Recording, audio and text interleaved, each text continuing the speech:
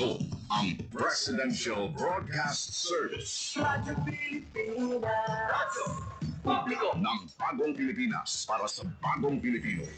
Naghahatid ng mahahalagang balita at impormasyon na guugnay ng pamahalaan sa sambayanan. Tulay sa himpapawid ng serbisyo publiko. Radyo Pilipinas. Radyo Publiko. Ang boses ng Pangulo. Sa Iloilo. Radyo Pilipinas. 585 AM. Usapang Agrikultura.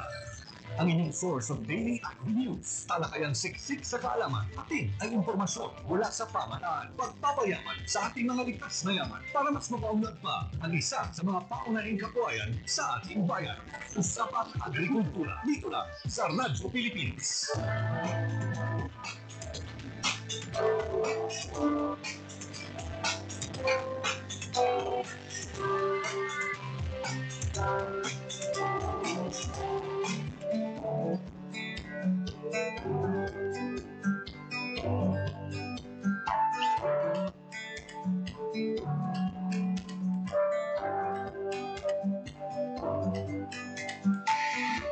Ako po si Israel Sisaolda ng Salvinas Farm, 23 years old mula sa Libacao, Aklan, Regional Awardee ng 2023 Young Farmers Challenge, Western Visayas.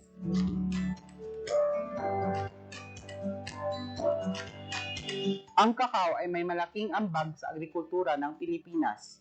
Sa kasalukuyan, ang ating bansa ay kilala rin sa pag-aani at pag-i-export ng kakao. Ito ang pangunahing raw materials na aking produkto sa farm. Ang Salvinas Farm Products ay nag-aalok ng mga produktong gawa mula sa pinakamahusay na kalidad ng cacao beans. Ito ay mula sa mabuting pangangalaga ng mga magsasaka, maingat na pagproseso at pagsusuri para tiyakin ang kalidad.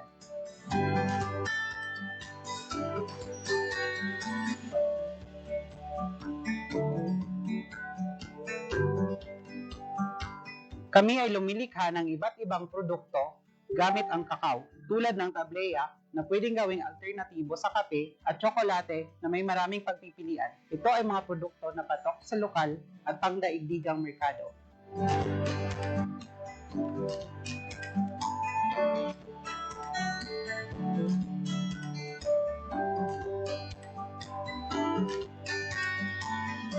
Sa Salvinas Farm, hindi lamang kami namumuhunan sa negosyo, kundi pati na rin sa mga magsasaka. Kami ay nagbibigay suporta at edukasyon upang mas mapabuti ang kanilang pananim at kita. Ang industriya ng kakao ay patuloy na lumalago ayon sa pag-aaral. Ang demand para sa kakao products ay tumataas, lalo na sa mga health-conscious consumers.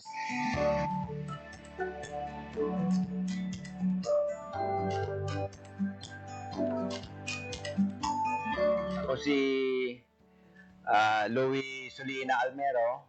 Bali, saya man ako nga nag-supply sa Salvinia Farm ito nga cacao seeds. Kabulig mo sa among ekonomiya sa among pagpangabuhi. Ay kung may busoy ka na yang kakao, sigurado nga may imo man nga income kwarta. Halos lahat ng mga magsasaka dito sa Aklan, lalo na sa bayan ng Libacao, ay umaasa sa kanilang kita sa abaka at copra production na napakababa ang halaga sa merkado at napakahirap gawin. Sa pamamagitan ng pagtatanim ng kakao, ay pwede sila magkaroon ng additional na income sa loob lamang ng 3 taon pagkatapos nila magtanim ng puno ng kakao.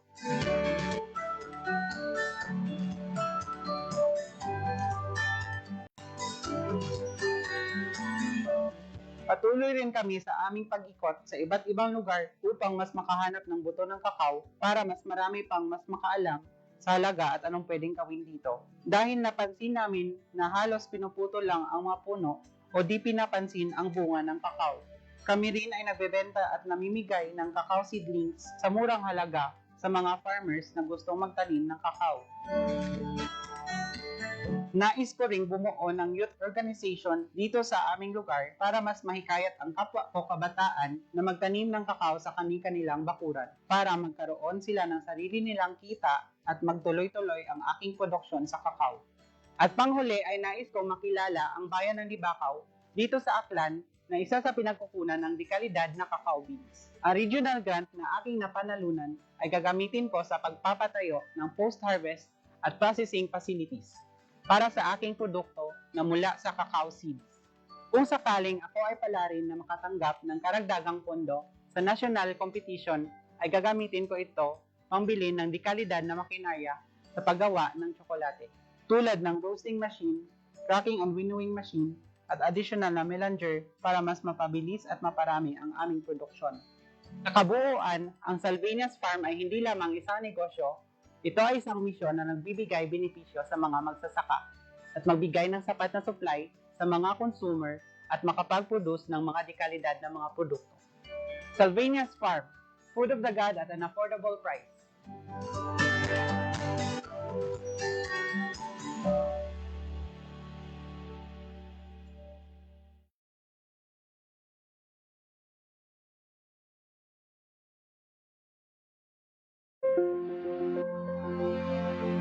In 2015, Western Visayas has a total of 5,866,854 coffee-bearing trees. Based on the Philippine Statistics Data PSA, there are 276,000 coffee farms in the country with almost 79.4 million trees. The different varieties include Robusta, Arabica, Excelsia, and Liberica. Today, the Department of Agriculture Western Visayas is pushing the limit of the coffee industry in the region under its High Value Crops Development Program.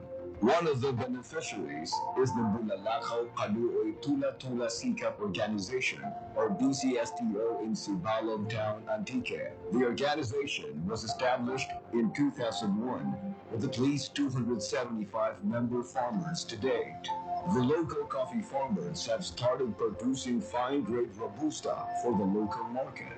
The BCSTO, with the help of DA Western Visayas, has started the empowerment of their coffee farmers in order to improve the production and encourage a communal processing and marketing of their produce, which include palay, peanuts, ginger, turmeric, and primarily coffee. Ano ba ginagawa yung sa ang pagkakagulong sunod ang pati na kailangan isa lang mas taas ang beso sa iba sa nag-focus lang sa gusta nag-lista ng variety ng mga ang bagay sa aming lupa at bagay sa lima na ligas sa nakikita ang pang-gusta ng beans kaya nakikita kami ka roasted beans kaya nakikita kami ka grinding na roasted beans ang aming mga baligyan hindi kami sa local market sa Lamba, sa Subalan, sa Samusing kaya nakakita kami sa The group has now evolved into a much bigger organization with members coming from nearby barangays like Bulalakaw, Tola-Tola, and Kaluoy. In order to sustain a better production, DA Western Visayas has provided its members with minimum chainsaws for pruning, depulpers, and other tools like solar dryers and UV-treated films for drying of coffee seeds. Trainings in several stages of coffee farming and processing were initiated in order to provide the farmers with needed knowledge. Ako naman yung pag-ibig, bawal na Pero grabe, isa ka nagawa kami sa training ng seminar kung paano i-pagkakulan ang buhay ng kape sunod sa lupa ang pinalakoka. Kaya kung paano na i-susunod na sinisigi at ang alam na natin tungkol na ang mga tools na pang-cloning, ang tools na pang-regulation, solar dryer, tools na may tutulong ng ibabaw, kaya nakakamihan ng doon nabibigyan ang presyo ng market na puti. Sobra dito sa samang ng presyo sa trader. Tulad sa tuglukan din sa equipment na namin ang pwede na 8 karabats ng The coffee products of Sipagan has reached Iloilo and other provinces with the help of DA6 as market linkages are instituted in order to provide a sense of sustainability and security among the farmers. The rise of coffee shops and cafes around the region has provided greater opportunities for the coffee farmers. The story of Bulalakaw Kaluoy Tula-Tula Sikap Organization is a dynamic example of the people and the government working together to achieve a common end. That is the improvement of their economic conditions. Such is the major thrust of the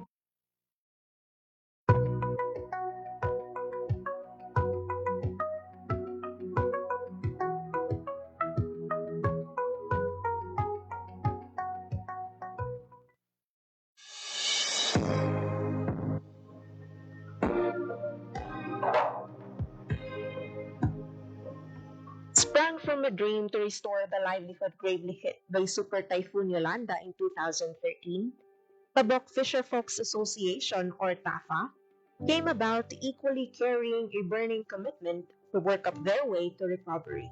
TAFA, in its budding year, started with 112 members upon establishment in August 2013. And almost a decade after putting up the People's Organization to bring relief among the residents of Tabok, Libertad, and Pique, this has grown into 130 members with 72 males and 58 females who have been walking hand in hand to improve their lives after braving catastrophe. As they tread their path of reviving fishing operations, the Philippine Rural Development Project of the Department of Agriculture, through the recommendation of the Provincial Local Government Unit, directed their rather headstrong aspirations into reality, approving them a 999,950 peso Lambaklad livelihood project, which was reinforced by the Regional Project Coordination Office 6 under IREP component. Ang project po namin ay tinatawag na Lambaklad Livelihood Project. Ito po ay isang uri ng panguhuli po ng isda na ginagamitan po ng nets and ropes. So ito po ay naka-assemble sa ilalim po ng dagat at ito po ay may mga sandbags na pumipigil po sa nets para hindi po siya umakyat. Ito pong Lambaklad Livelihood Project po ay talagang environment-friendly gear po siya kasi ito po ay hindi nakaka-apekto sa kapaligiran. The system of fishing operates with one master fisherman or maestro, 3 rondas or watchers, and 20 busos or net pullers. The master fisherman would first assemble the busos upon signal of rondas through waving a flag queuing for another haul from the nets.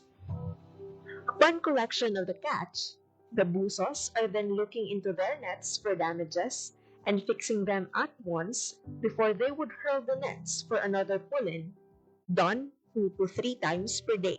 On the pursuit of reviving their daily source of income, the association observes a number of best practices upholding their unifying goal to increase the income of the members by at least 59% annually, from 30,000 pesos to 47,834.11 centavos.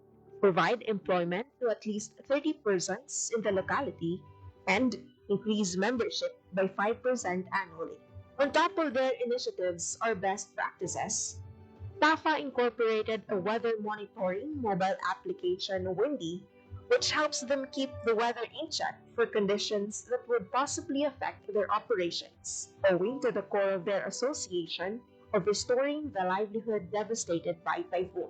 Members, particularly the fishermen crew, were trained and educated to make use of the technology at their advantage. It is being regularly monitored and cross-checked for accuracy and efficiency.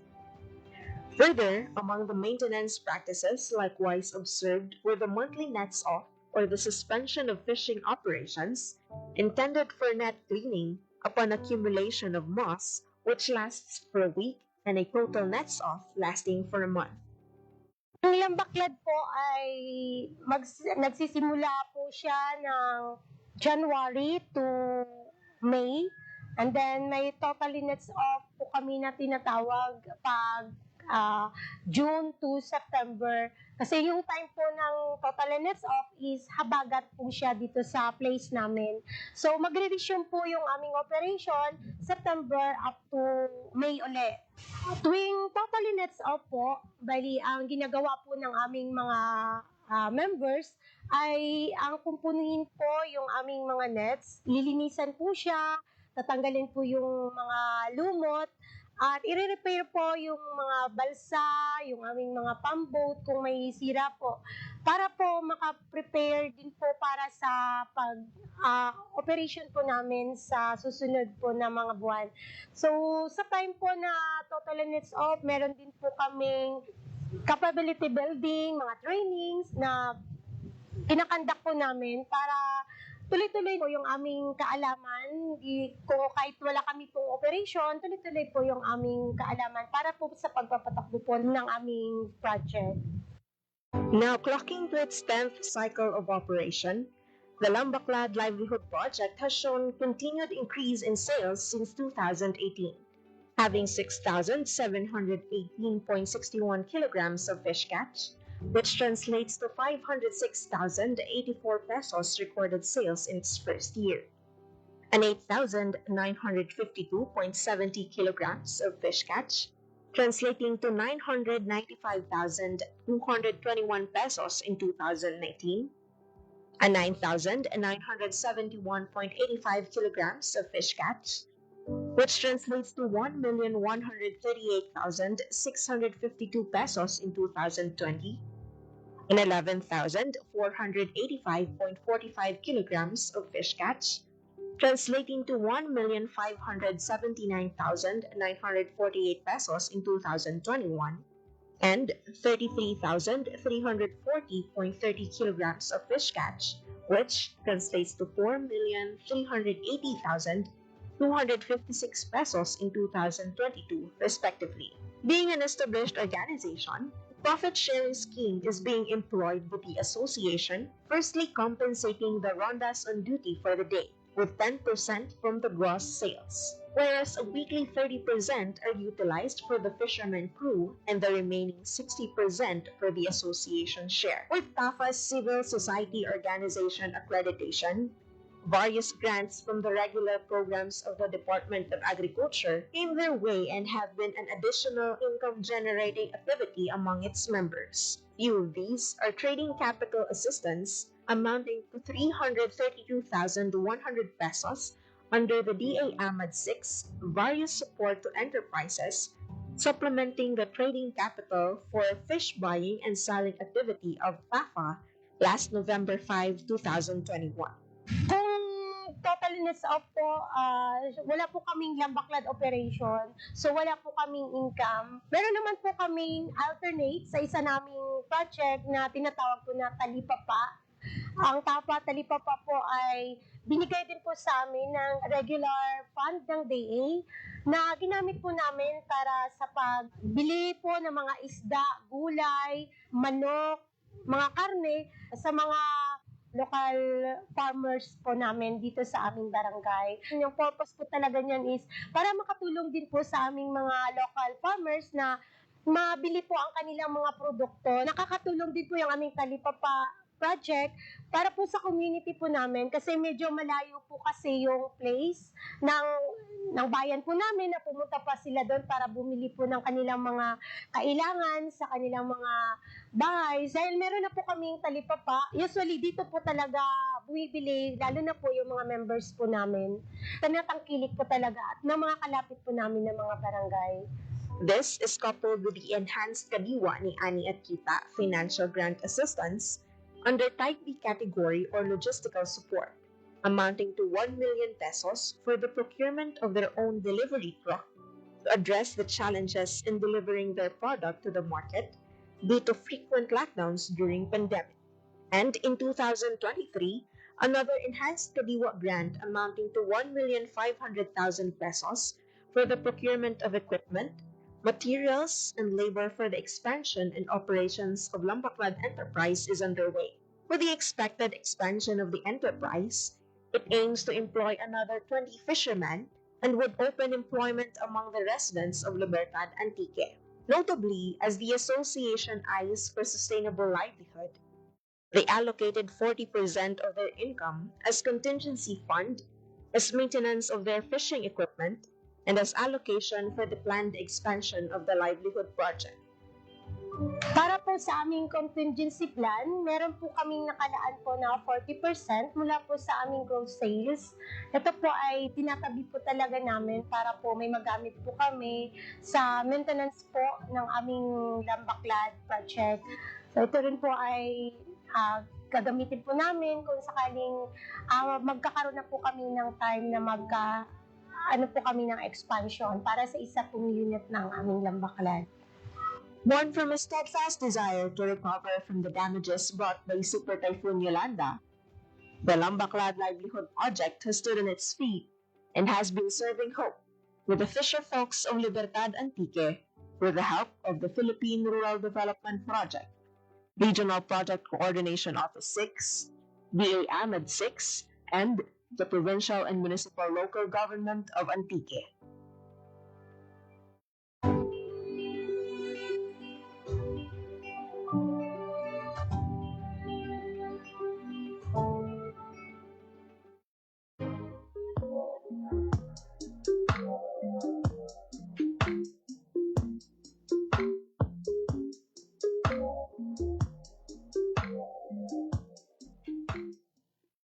Hello mga ka-agri and welcome sa Vegetable Basket sa probinsya sa Iloilo, ang munisipyo sa Leon. Ari kita din subong sa ilang municipal food terminal upang mas kilala nga Dagsakan Center. Mali, kag, nanindahan na kita.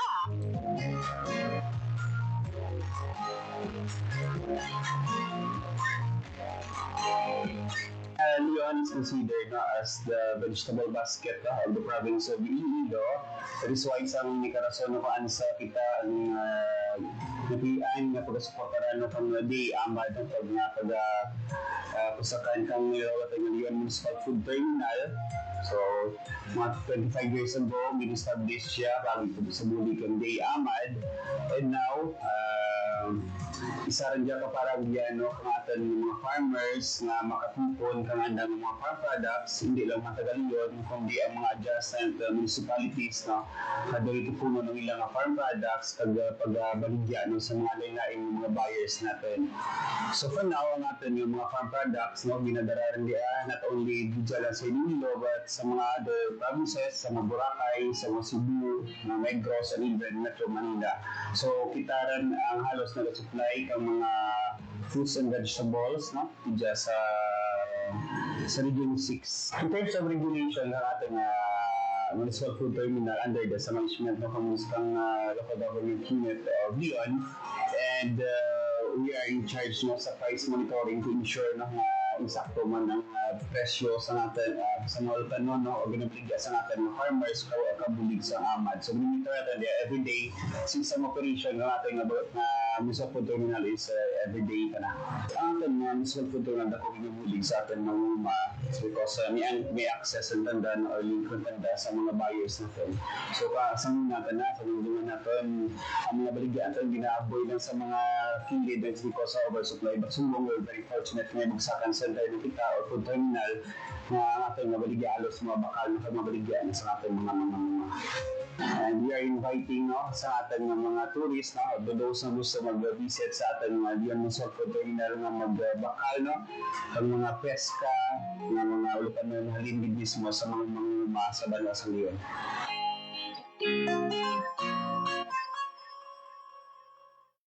Maayong aga sa ating mga tagmalagin, sa ating mga live viewers, sa ating mga Facebook. Maayong aga, Gid.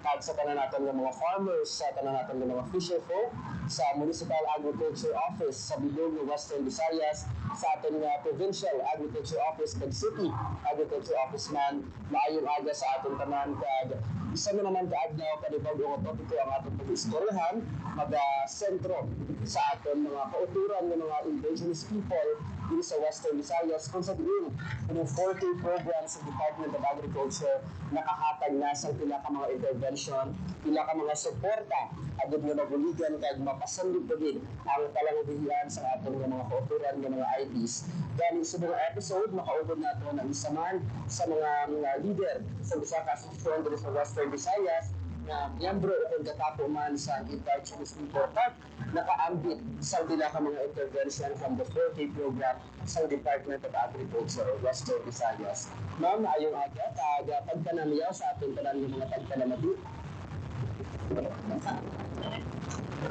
And pwede mo ba naman ma-introduce ang iyong pangalan, ang iyong mga asosasyon, at ang iyong mga address? Ako si Irene Donito Figurente, Tubuman, Ikaw, ang Ikaw, ang Plan. Amon nga, asosasyon na Indigenous People of Uyang. Yes, ang una natin nakanukot na, ano bala ang mga nagapangunang mga commodity o mga agricultural products na binaproduce naman niya sa aton nga asosasyon, specifically sa Barangay Uyang sa Pagkakawakan. Ako na sir, ay tawan kami i-4P, amaka. O amaka makaroon sir, ay tamat-ama po nag-aasinsumang. Yes. Sa muli pa 4P, tawan na na itabuno.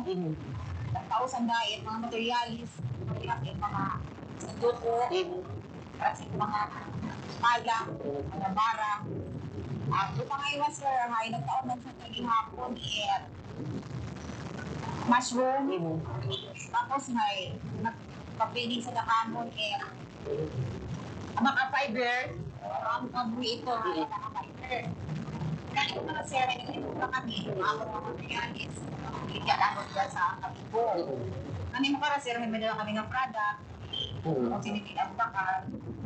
Tapos sir, may amon pa nga nakatao po na sa muskubidak. Galing sir, para ito ay materialis, pero may wak na taong turo. Pero preparado ang makarabaan ang ipato ito. Pero sir, ay sa amon natin sir, dito, pagulik man sa amon nga bilang IT, para tauyang, makabulit sa amon, mga inuma sa ulingan daw, amon mga ati kanon, amon yung parahon. Yun na lang sir, kaabot ng programa dubukin. Kung kami sa mga aklang bukid nun ay amon man nga i-adapt sa amon magulingan. Bali, adak natin yung inyong amin. Apakag sir, ang amon nga kamitanan sa ilang, nagkakaklang. Pila na kamo ka years, mga pila na hindi kaya po ikining indigenous people of Uyang? Ano lang sir, 7 years na. Wow, 7 years na. And sa 7 years ninyo pag-operate ma'am, paano ninyo gina-market match ang inyong mga produkto?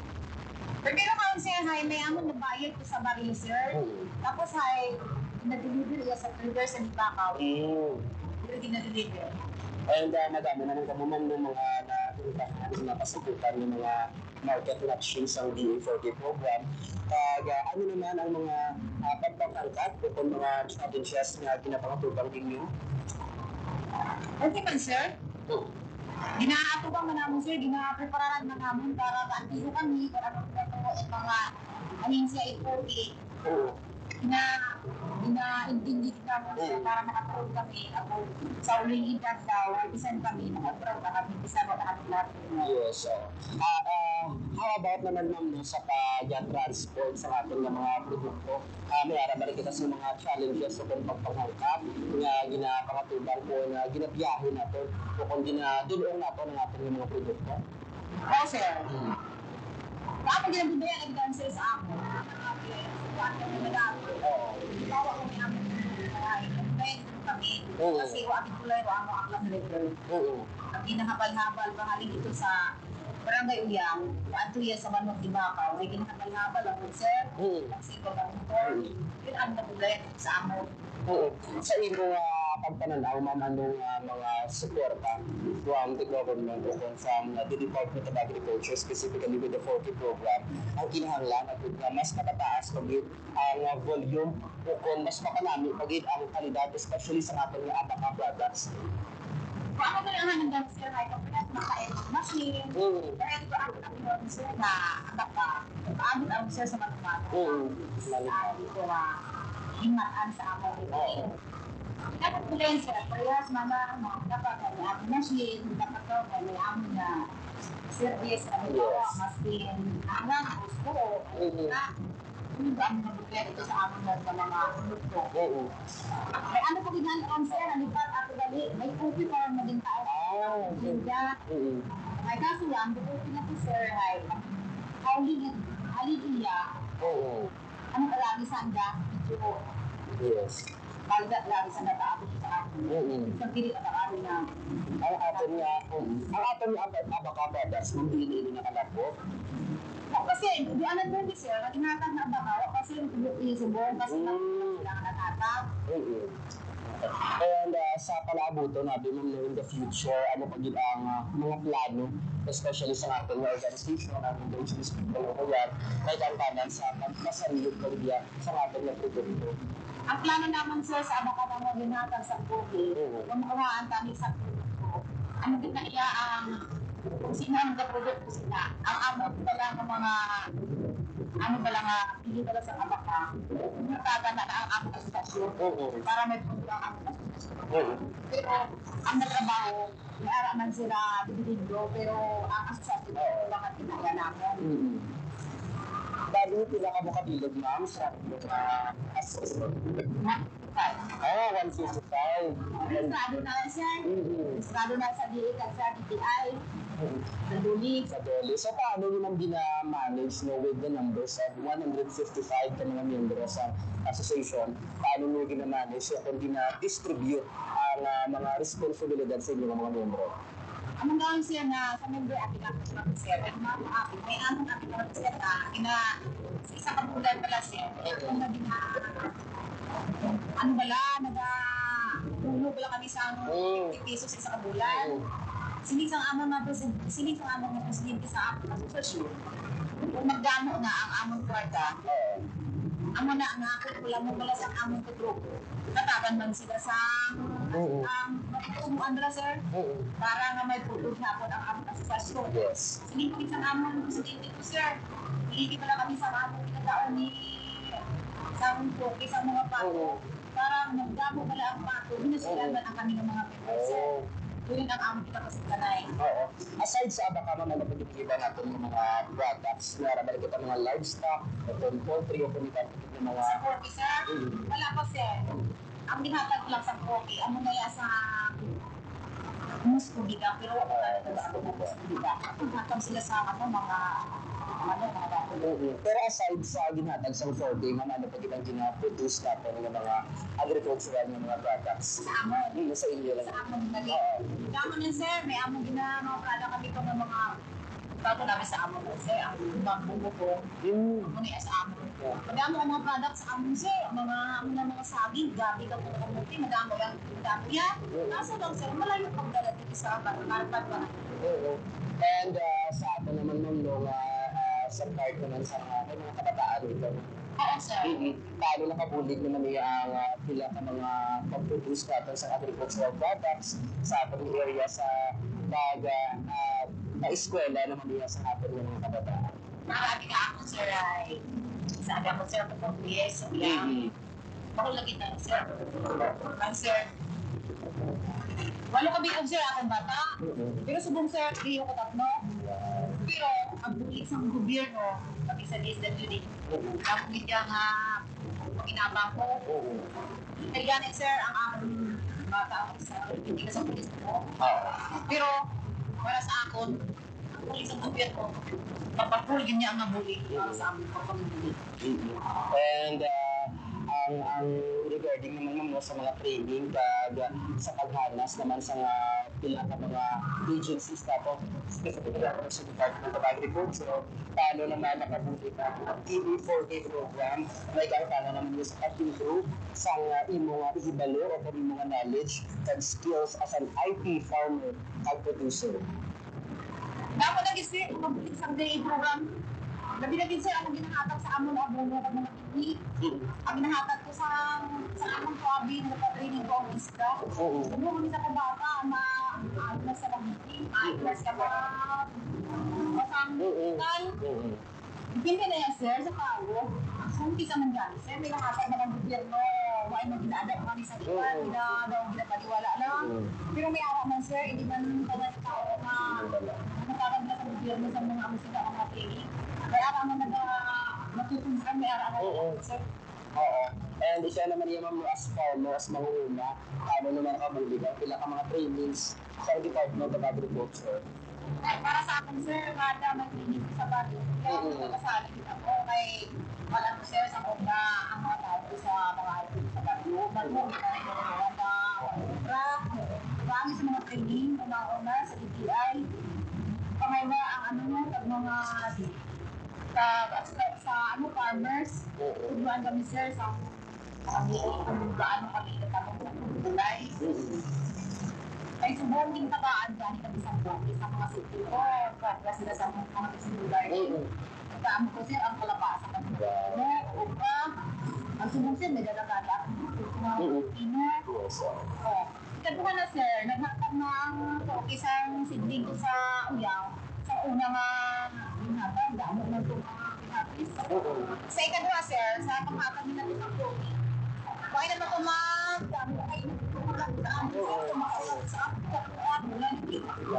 ang diferensya lang, sir, sa amon, ang tao kasi kapaan. Kaso lang, sir, ang climate change ko lang dito sa amon. Nagpapago-bago.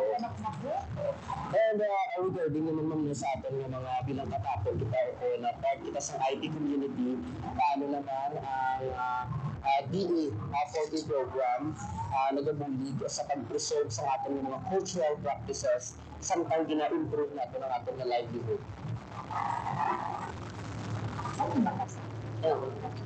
Buti man ang bulit sa amon.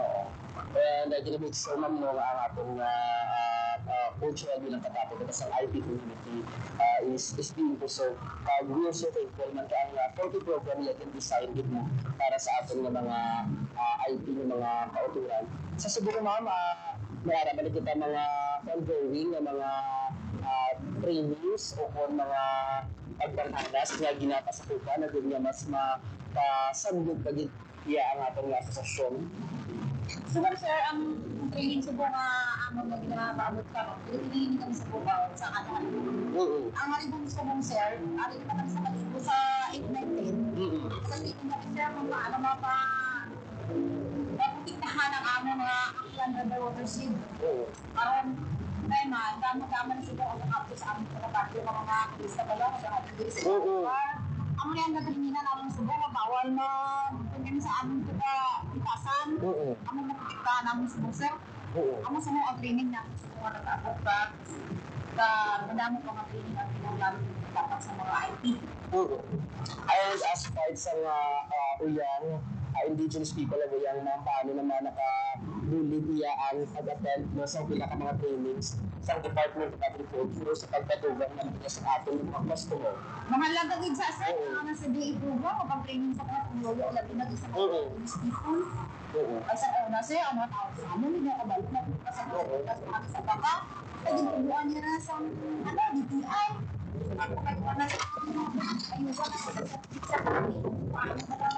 Ang mga tao, hindi galing ang mga materialis. Tutos mo na sila sir, para mag-aayos ang mga tao. And curious lang ako ma'am no, bilang mga parte o kung kabahin sa IT community, sa sobrang mga practices from your ancestors na maniya sa ating mga panilunuan, ang sa gihapon ang gina-apply natin sa pagpanguna. Subong sa amon, sir, ang ginaamin na inamin sa subong, tinatubuan ng tali kami sa training kung paano natubra-bra sa mga native na ginagamit sa panguna. Pero ang mga tao ko, why man ginagamit ka ang apply sa gamit sa mga dati sa compost. Kaya kayo hindi nakuha sa una, hindi kita natin pinigyan sa kalitas wala nga sa France. Paano kami mag-obra pala sa mga ito kung ginagamit sa mga sapat-sapat sa uma. Hindi kaya makuha kung hindi na namin magbakal kami dili sa ako na iya, ang nabigaya namin, dami kong kami training, pero hindi bigyan na kuha ang mga tawag na, mga Talagang kung sa amin, tignan mo ba tayo? Ang ginahakot na sa amin ng mga pamilya. Oo. And sa nga nang ginakabahin, kita kami na especially ang ating organization, nga nang parte sa DA40 program, ano kita rin natin nga napansyagan bilang parte sa komunidad.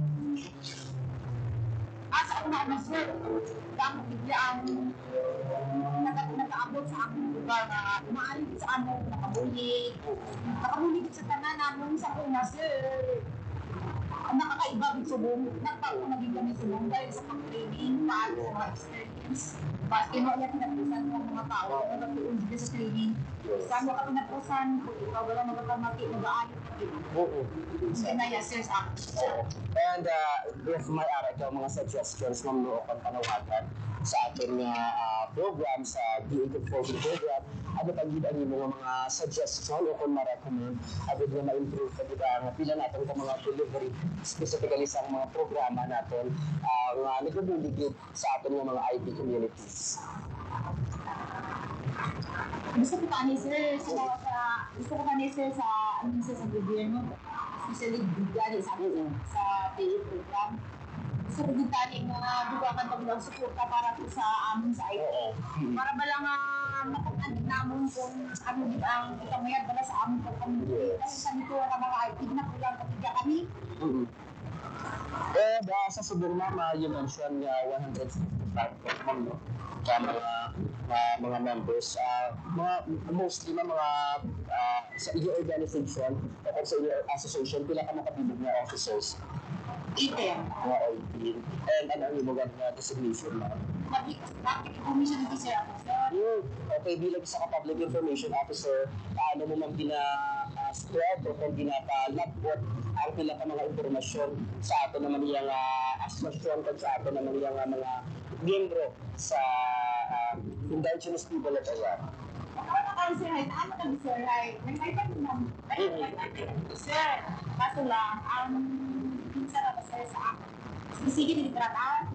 Isa kami din ko, mga tagawang adlaw kami din tao ko.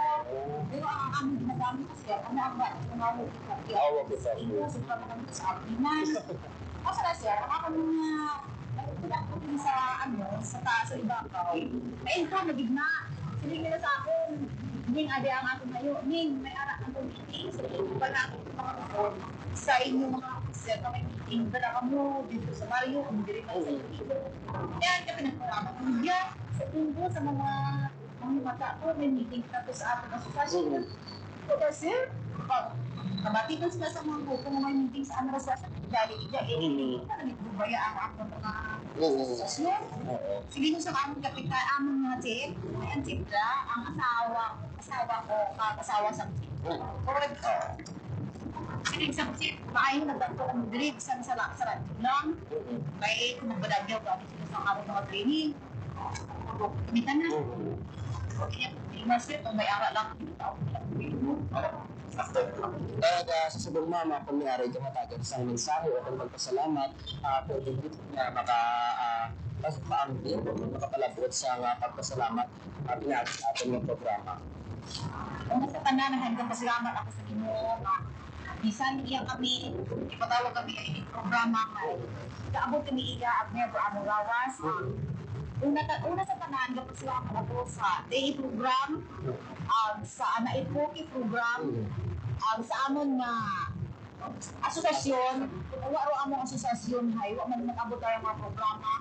Tingali nga, una abi nga mag-abot yung asosasyon hay, kabiting anak ko na kaya, para pala nga kahit kunduan ba na, ako na ang ginapasalamatan ko sa gobyerno, ginapasalamatan ko ang mga hatag na bulit, agad sa DA program, POKI program, kabay pa nga madugangan bala ang ginhatag sa amon, ang mga training na ginhatag sa amon, kabay nga madugangan para sa gobyerno, at mapunan pagyapon namon, duwan namon mabalik. Thank you, sir. And lastly na lang, may gusto ka nga itamyawon o kung shout out ng mga kataan, yung mga katapo sa mga asosasyon, pwede gid na makagreet sa ila. Sa mga ako ay iyawan ako sa Iloilo, iya ako din-interview ako at amon nga bilang leader iya ay ayat nga Brad daw sa akong asawa, sa akong kaigmanghod, kabay ka akong nakabutataw, sa amon nga presidente, amon asosasyon na iyawon kami. Bilang kami isa kanyo nga surugoon it, barangay uyang ay improvan namo para maabot to atong handong sa atong asosasyon. Kabay nga, madugangan pa to atong programa kita tanan higahiling yun. Salamat po. Once again, si Ma'am Irene from Indigenous People of Oyan, from Barangay Oyang, Libacaw, Aklan, na naghatag din sa niyang experiences, kanyang istorya, may kautanan sa pag-daton o kung mga benefits naman niya nga ginalabot sa DA40 program. Ginatamyaw na natin si Ma'am Glenda Imatay, ang focal person sa DA40 program, and the rest of the 40 program na hatag din isang suporta sa ating people communities, not only sa Libacaw, Aklan, but all over Western Visayas. Ginataniwa mo natin ang katapos ng DA Western Visayas, ang ating Regional Executive Director, Director Dennis Arapia, at ang ating duha ka Regional Technical Director, ang ating OAC Director for Operation and Extension si Ma'am Maria Teresa Solis, and for Research and Regulation si Director Zerlina Piguelio. Ginataniwa mo natin nga hepe sa Information Section, si Sir James Earl Agatis, and the rest of the personnel of Rafis team na yung aga sa ating tanan. Sa masunod natin ang episode, isa na naman ka-istorya sa ating mga kauturan, yung mga ID sa ating mga pagkatutukan, yan ay pantay lang sa ating mga programa. So yung ating si Chad Capilaro from DA Western Visayas, maayong aga sa ating tanan. Raising livestock is a demanding but rewarding way of life. From the quiet hours of dawn to the bustling activity of the market, every step requires dedication and skill. Today, we take a closer look at the journey of a hardworking farmer as they tend to their animals and bring them to the Leon Livestock Auction Market. As early as 12 a.m., Manong Edwin wakes up and ready to begin his day. He carefully prepares his livestock for transport, ensuring they are in the best condition for the auction market. By 1 a.m., he and his team pull their stocks, making their way to the Livestock Auction Market, or LOM.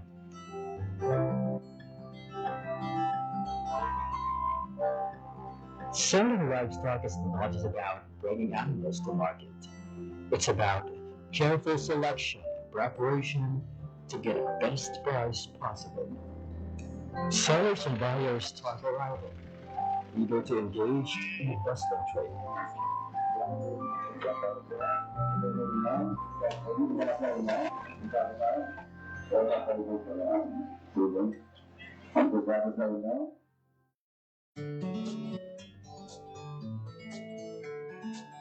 Each livestock is carefully weighed on the digital weighing scale. After weighing, every animal is assigned a number, making it easier for buyers to track their chosen stocks.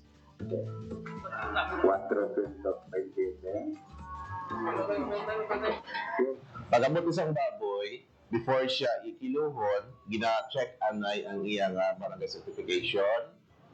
And then, hindi, why sang kiluhay nga matabo unless nga why pa maabot ang buyer. At saka, while nga nagkakilo, katanaw man ang mga farmers na kung sabihin, mabalaan nila kung pila ang kilos ang ilang baboy.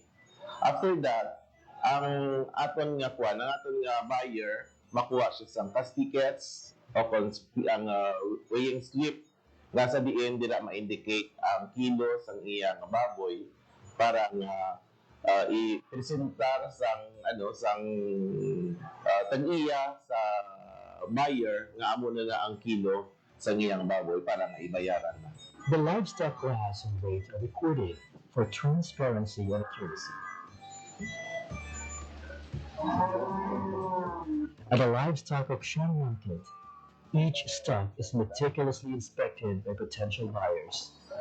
Every detail, from size and weight to overall health, is carefully evaluated. As the bidding process unfolds, buyers compete for the best livestock.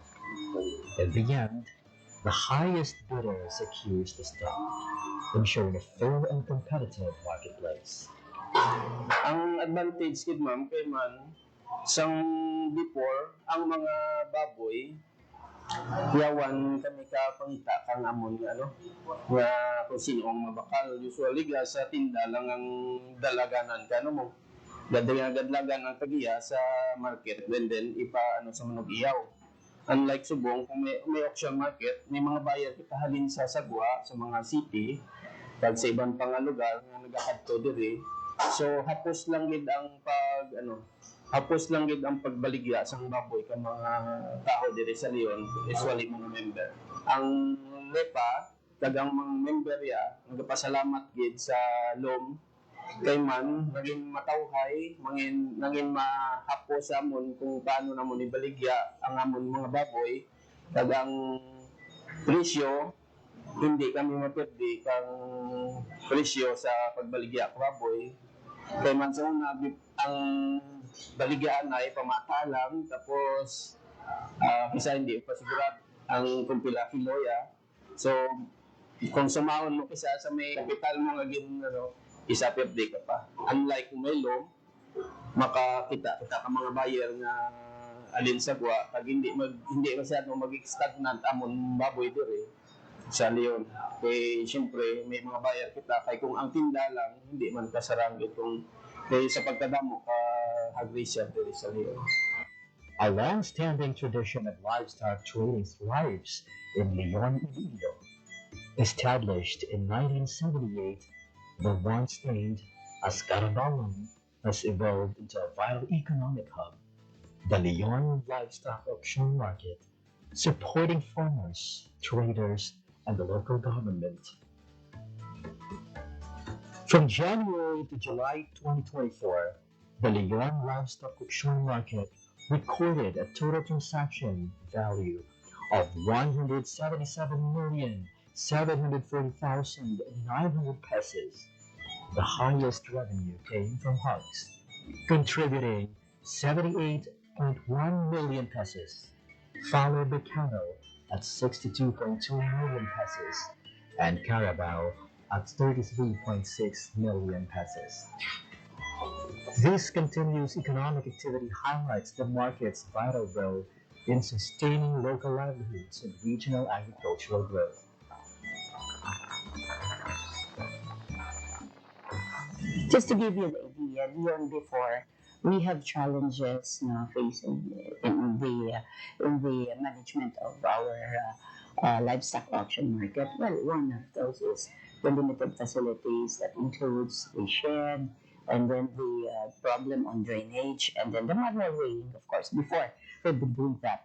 And also, the limited access of the traders, because of lack of promotion.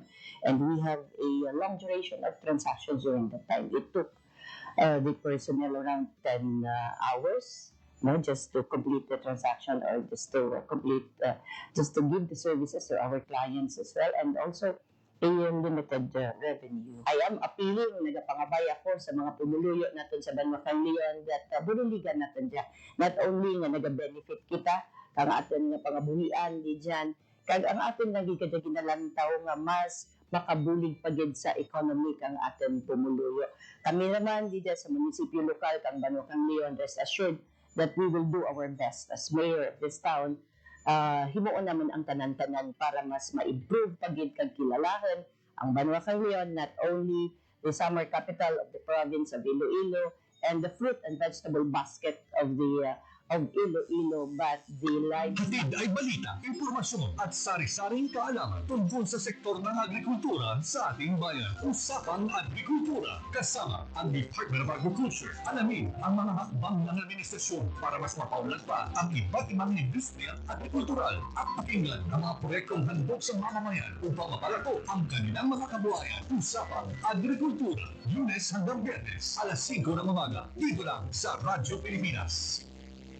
Ang inyong tulay sa himpapawid ng serbisyo publiko, ang Presidential Broadcast Service, Radyo Pilipinas, Radyo Publiko. Radyo Pilipinas, Radyo Publiko. Kinilala ng pag-international at prestigyosong Asia-Pacific Broadcasting Plus Awards 2025 para sa kategorya ng government streaming. Ito ay dahil sa epektibo nitong pagsasanib ng mga tradisyonal na media tulad ng telebisyon, radyo at print para masabayan ang mabilis na pagtinog ng mundo ng digital at social media tungo sa mas epektibong paghahatid ng mahahalaga at napapanahong mga impormasyon sa mamamayang Pilipino.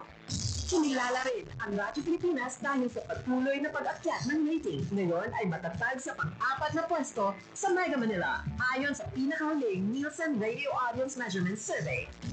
At sa social media, nakamit ang higit 2,000% pagtaas ng bilang ng mga sumusubaybay sa Radyo Pilipinas page sa unang bahagi ng 2025. Patunay ito na ang inyong Radyo Pilipinas Radyo Publiko ay tunay na kaagapay ng inyong pamahalaan sa paghahatid ng serbisyo sa mga mamamayang Pilipino.